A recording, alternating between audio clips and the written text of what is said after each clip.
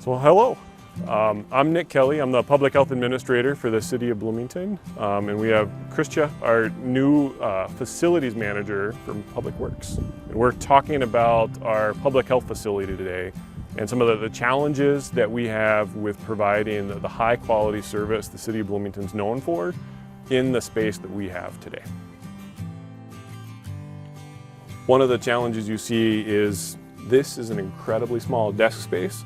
But then when I pull out of my desk, I hit my coworker. There is no space to really move around, especially if there's two people back here. It makes it incredibly challenging. Our staff are always working with clients.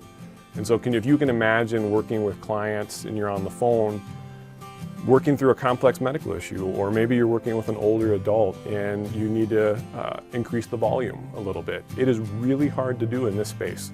The staff that are out here are often bringing a bunch of resources out, so scales, other equipment, and if you're trying to wheel a bag or anything else, it is incredibly challenging to even navigate this walkway, let alone think about it's not even close to the minimum width you need to move product that way. So this is our WIC lobby. So this is where the families that we serve across Bloomington, Edina, Richfield come in and have a seat. They have a few toys to play with, a suite of resources that we have available to them, but this gets really tight, and it's not the kind of space you would normally see in a more clinical setting. This is the room we have in WIC where we do a lot of our lactation support. And so you can see with the table for the actual work side, and then we have our chair where we're doing a lot of our lactation support, how incredibly tight this space gets. And imagine a car seat, a parent, another person like our peer counselors, along with our lactation consultant and the mom. It gets very, very tight in here. So this is the lab space that we have in our building, and you can see it is a kind of a tight, cramped space. We have a fridge and a freezer in here, and we have a fridge and a freezer in a separate room. So it's a challenge from a staff standpoint when we're packing up vaccine like we did for a lot of our COVID clinics, where we did our 20,000 vaccines in the community.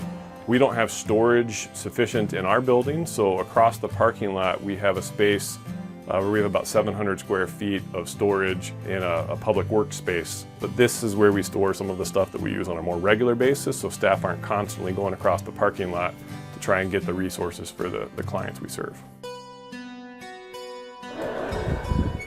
So our automatic doors recently broke, and so some of the primary clients that we have coming to our building are pregnant people and individuals with young children. And so that often means a stroller, a car seat, and lots of other things like a diaper bag. So coming to a building to get services where we don't have the ability for automatic doors to open and having to go through two sets of doors is a challenge often for our clients. And this is an example of one of our mechanical rooms in the building. And as you can see, this is very old. It is well past its useful life. Everything is mechanical.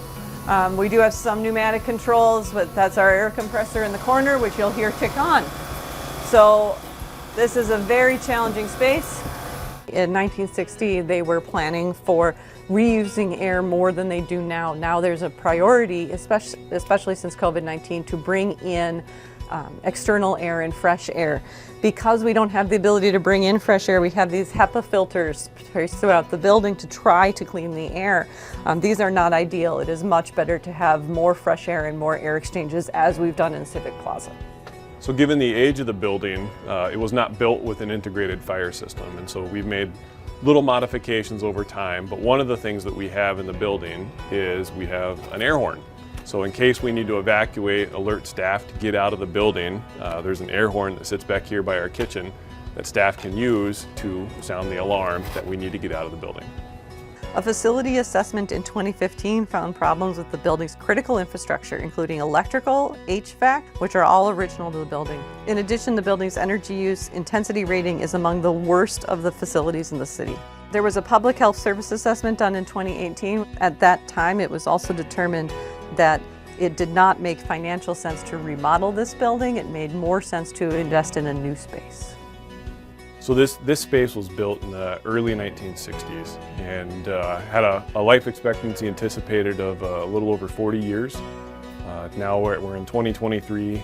This building has really exceeded that life expectancy by quite a bit.